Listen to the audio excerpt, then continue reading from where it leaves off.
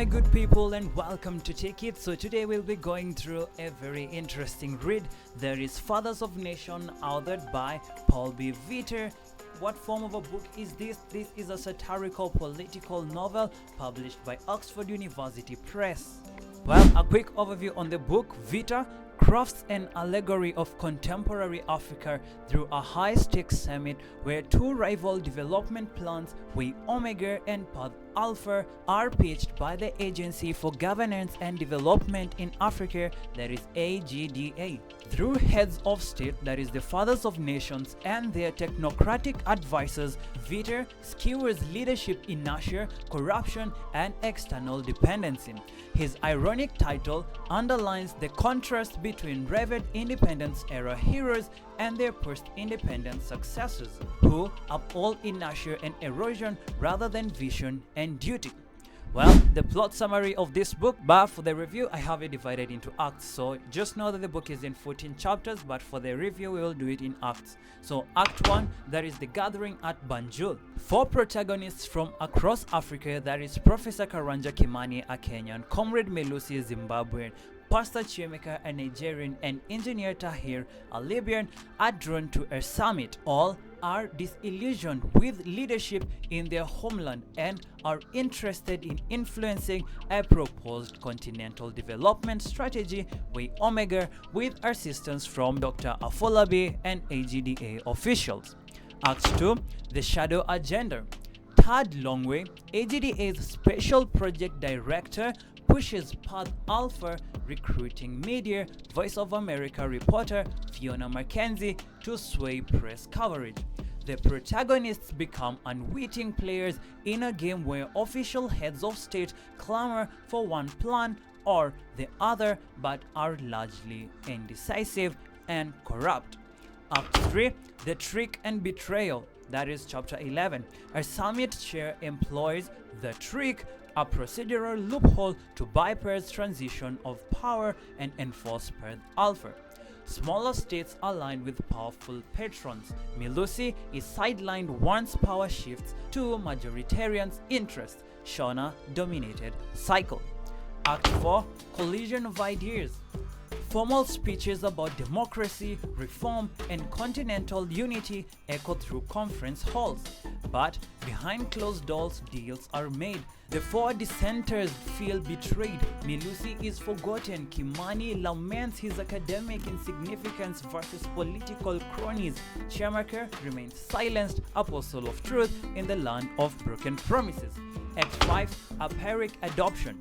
Path Alpha finally passes amid applause from foreign news agencies, but only as a cosmetic gesture. Beneath signing tables, all regimes remain entrenched.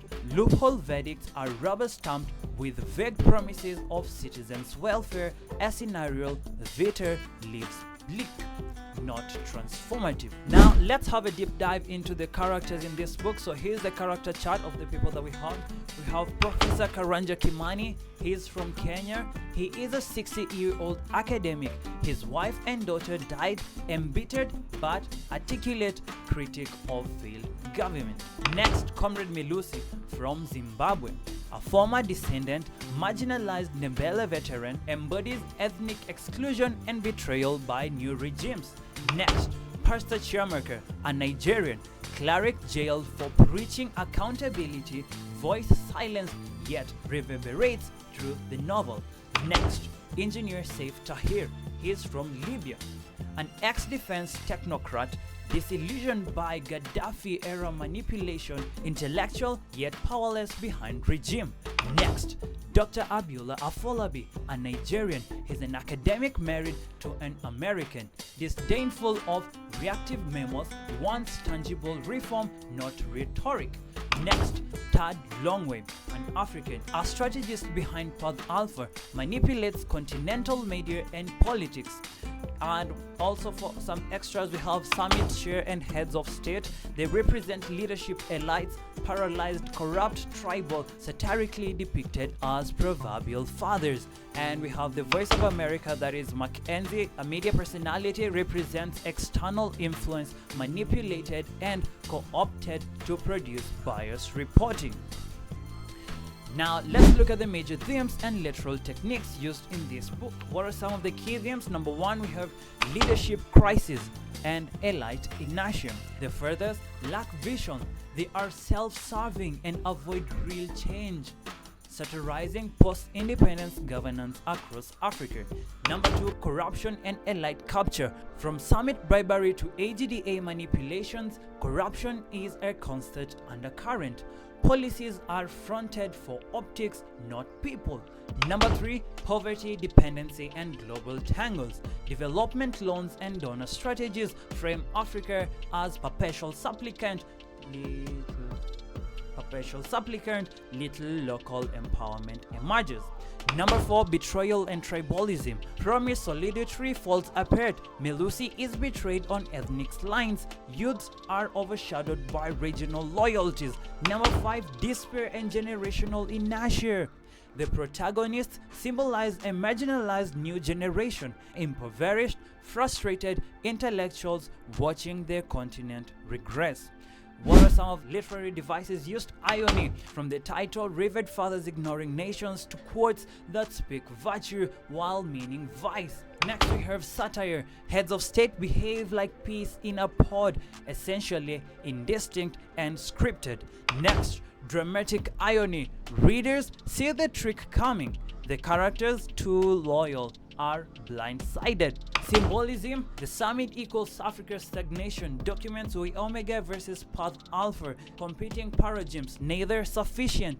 And next we have dialogues and speeches, often paternalistic, verbose yet vigorous, contrast with tare sincerity of descendants. Life and moral lessons that we can get from this book as intended by the author.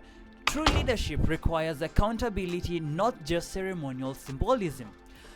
Educated citizens, that is the academics, the clergy, the technocrats, must claim space in nation building.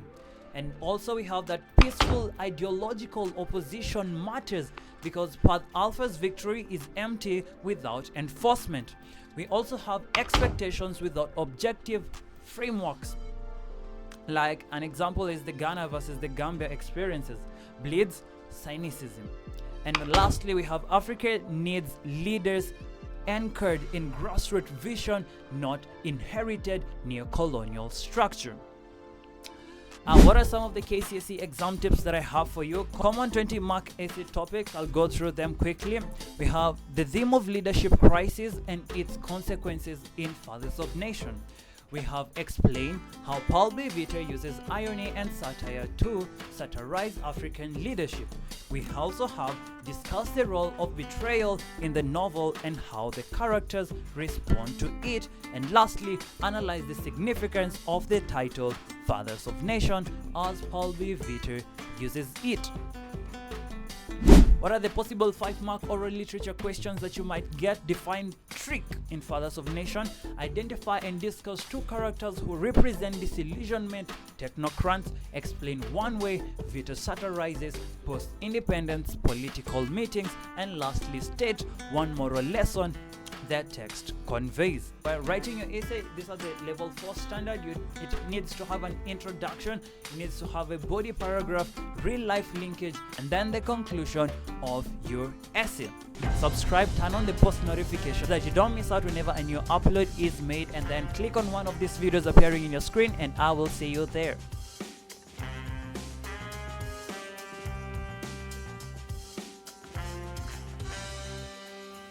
All are